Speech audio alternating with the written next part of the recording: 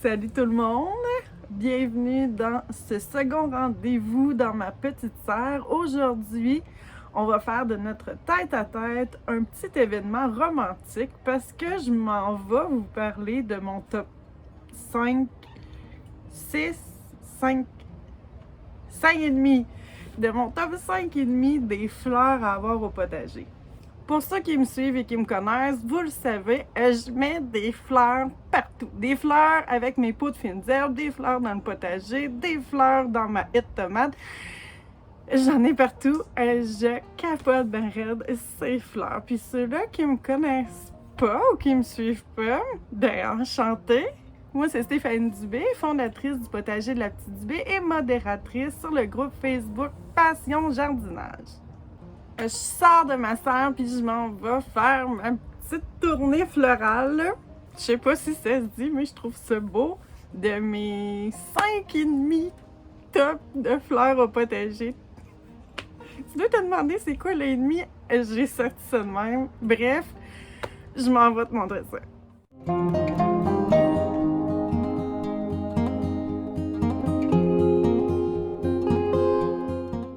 En première place, grand classique de nos jardins, la tagette, aussi appelée œillet d'Inde ou marigold, qu'on retrouve dans une grande palette de couleurs chaudes, tout aussi belles les unes que les autres. Pourquoi j'ai choisi la tagette? En fait, c'est une plante qui est très mellifère, donc super bonne pour nos pollinisateurs. Sa floraison dure vraiment longtemps durant la saison, donc on peut profiter des fleurs très longtemps. Elle résiste à la sécheresse, est bonne dans tous les types de sols. Et là, sujet à controverse, elle éloignerait les nématodes et les aleuroles. Vrai ou faux? Dites-moi en commentaire, toi, qu'est-ce que t'en penses?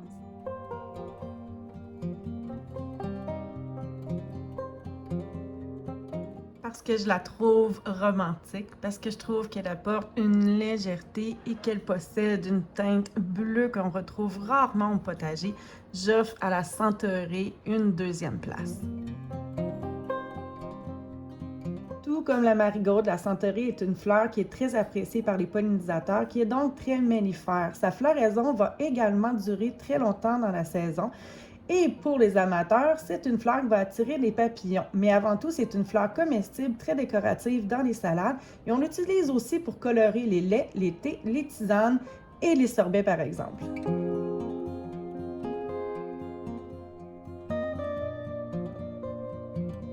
Plante que j'ai découvert l'an dernier, la vipérine, qui est en troisième place et qui fut pour moi un très, très grand coup de cœur. La vipérine est vraiment une plante à découvrir. Elle est très mellifère et sa floraison dure vraiment très longtemps dans la saison. C'est une vivace rustique de zone 3. Par exemple, il faut noter que sa floraison n'apparaît que l'année suivant le semis. La première année, l'année du semis, on n'aura que le feuillage.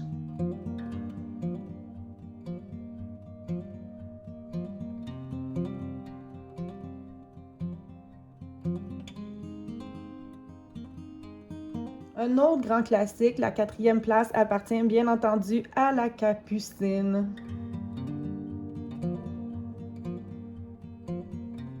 Encore une fois, une fleur appréciée par les pollinisateurs. Elle également, elle est comestible. C'est quand même un classique dans nos assiettes l'été. Et elle serait une plante piège, c'est-à-dire qu'elle attirerait à elle les pucerons et de cette façon, ceux-ci n'iraient pas au potager. D'après vous, vrai ou faux? Dites-moi-le en commentaire. En cinquième position, ce n'est pas une fleur qui est mellifère, mais il n'en reste pas moins qu'elle a de grands avantages en tant que fleur au potager et qu'elle mérite sa place. En effet, l'amarante est une plante qui a vraiment une floraison particulière qu'on appelle panicule et elle donne vraiment un effet wow au potager. Ses jeunes feuilles sont comestibles, mais surtout je la considère comme une culture additionnelle au potager puisque ses semences peuvent être récoltées et vraiment utilisées en tant qu'aliment.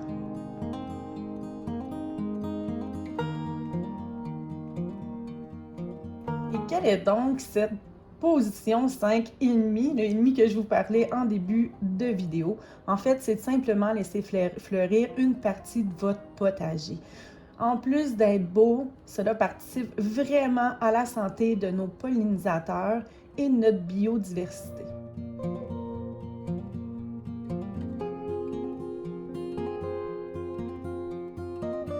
L'an dernier, à cet endroit, c'était ma culture de carottes. Et là, au printemps, j'ai vu des fleurs de carottes apparaître. Et bien, j'ai décidé de les laisser en place au travers de ma culture de melon.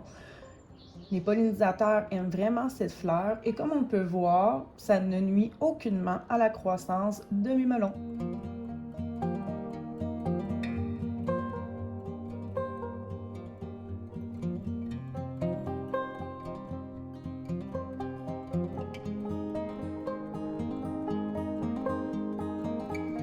Comme vous le savez sûrement, je suis une grande amatrice de faire un mélange fines herbes, légumes et fleurs. Donc ici, sur mon patio, je laisse fleurir toutes mes fines herbes qui sont en mélange avec mes fleurs.